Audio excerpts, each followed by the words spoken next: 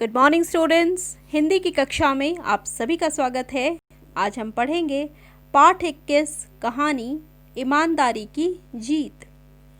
चारों ओर सुंदर वन में उदासी छाई हुई थी। वन को अज्ञात बीमारी ने घेर लिया था। वन के लगभग सभी जानवर इस बीमारी के कारण अपने परिवार का कोई न कोई सदस्य को खो चुके थे।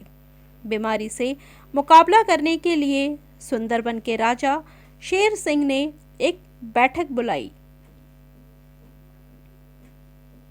जिसमें जंगल के सभी जानवर एकत्रित हुए। बैठक का नेतृत्व खुद शेर सिंह ने किया। बैठक में गज्जू हाथी, लंबू जिराफ, अकड़ू सांप, चिंपू बंदर, गिल्लू गिलहरी, कीनू खरगोश, चीनू खरगोश तथा सभी जंगलवासियों ने हिस्सा लिया। जब सभी जानवर इकट्ठे हो गए तो शेर सिंह ने एक ऊंचे पत्थर पर शेर सिंह बैठ गया और जंगलवासियों को संबोधित करते हुए कहने लगा, भाइयों, वन में बीमारी के फैलने के कारण हम अपने कई साथियों को खो चुके हैं। इसलिए हमें इस बीमारी से बचने के लिए वन में एक अस्पताल खोलना चाहिए ताकि जंगल में ही बीमार जानवरों का इलाज किया जा सके। इस प्रकार से शेर सिंह ने सभी जानवरों से ये बात सामने रखी कि बीमारी से बचने के लिए हमें अस्पताल खोलने की ज़रूरत है, जिससे कि जंगल में बीमार हो रहे जानवरों का इलाज किया जा सके।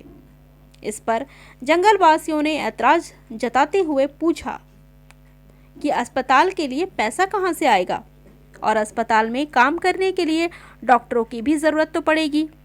इस पर शेर सिंह ने कहा कि यह पैसा हम सभी मिलकर इकट्ठा करेंगे।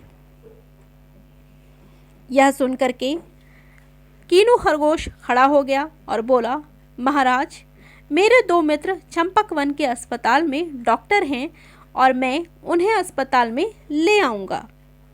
इस फैसले का सभी जंगलवासियों ने समर्थन किया। सभी अब इस बात के लिए राजी हो गए थे और अगले दिन से ही गज्जू हाथी व लंबू जिराफ ने अस्पताल के लिए पैसा इकट्ठा करना शुरू कर दिया। जंगलवासियों की मेहनत रंग लाई और जल्दी ही एक अस्पताल जंगल में बन गया। कीनू खरगोश ने अपने दोनों डॉक्टर मित्रों को अस्पताल में भी बुला लिया। राजा शेर सिंह ने तय किया कि अस्पताल का आधा खर्चा वे स्वयं वहन करेंगे और आधा जंगलवासियों से इकट्ठा किया जाएगा। इस प्रकार से वन में अस्पताल चलने लगा। धीरे धीरे वन में फैली बीमारियों पर काबू पा लिया गया और दोनों ही डॉक्टर अस्पताल में आने वाले मरीजों की पूरी तरह से सेवा करते और मरीज भी ठीक होकर के डॉक्टर को दुआएं देते हुए जाते। कुछ समय तक तो सब कुछ ठीक ठाक चलता रहा, परंतु कुछ समय के बाद चीनू खरगोश के मन में लालच बढ़ने लगा।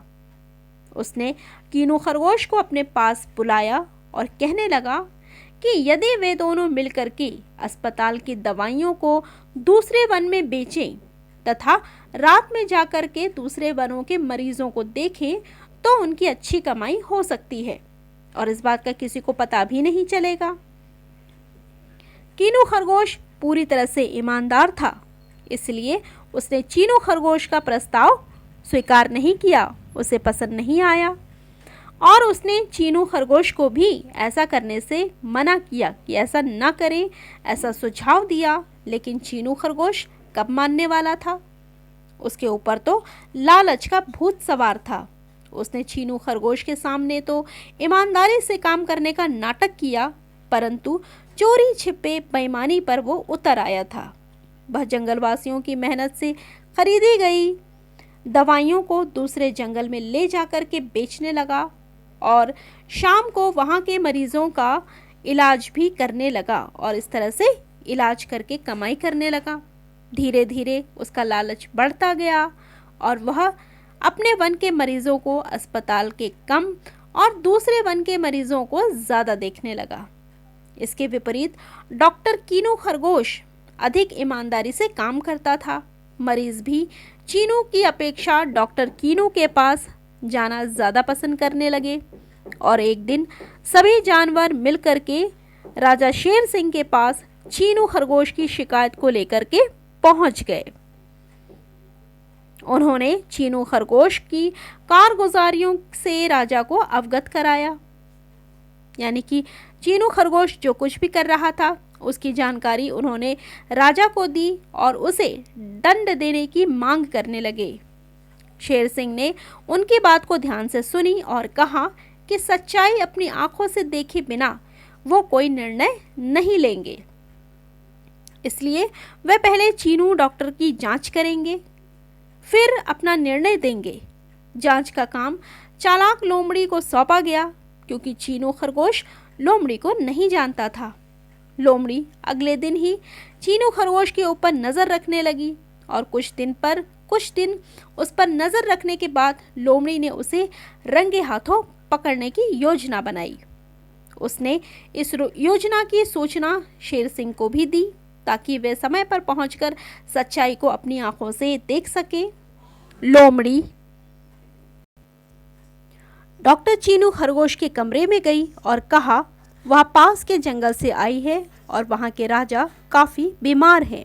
यदि वे तुम्हारी दवाई से ठीक हो गए तो तुम्हें मालामाल कर देंगे। यह सुनकर चीनू खरगोश को लालच आ गया और उसने अपना सारा सामान समेटा और लोमड़ी के साथ दूसरे वन के राजा को देखने के लिए चल पड़ा।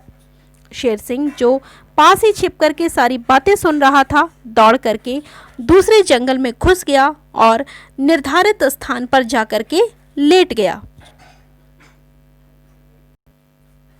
थोड़ी ही देर बाद लोमड़ी डॉक्टर चीनू खरगोश को लेकर के वहां पहुंची, जहां पर शेर सिंह मुंह ढककर सो रहा था। और जैसे ही चीनू खरगोश ने राजा के मुंह से हाथ हटाया, वह शेर सिंह को वहां पा करके सकपका गया और डर से कांपने लगा।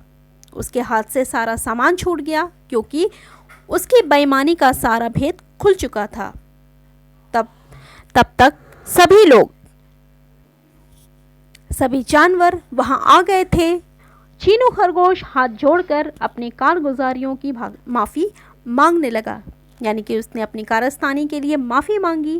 राजा शेर सिंह ने आदेश दिया कि चीनू खरगोश की बेईमानी से कमाई गई सारी संपत्ति अस्पताल में मिला ली जाए और उसे धक्के मार करके जंगल से बाहर निकाल दिया जाए। शेर सिंह के आदेशानुसार चीनू खरगोश को धक्के मार करके जंगल से बाहर निकाल दिया गया और इस कार्रवाई को देख करके जंगलवासियों ने जान लिया कि ईमानदारी ही हमेशा जीत होती है। तो इस कहानी से हमें क्या सीख मिलती है? इस कहानी से हमें यह सीख मिलती है कि ईमानदारी से ही जीवन को सुखमय बनाया जा सकता है। इसीलिए हमें जीवन को बड़े ही ईमानदारी से और अपने किसी भी कार्य को बहुत ही ईमानदारी से करना चाहिए और मन में लालच या किसी प्रकार की बेईमानी को नहीं लाना चाहिए। तो इस पाठ में बस इतना ही। धन्यवाद।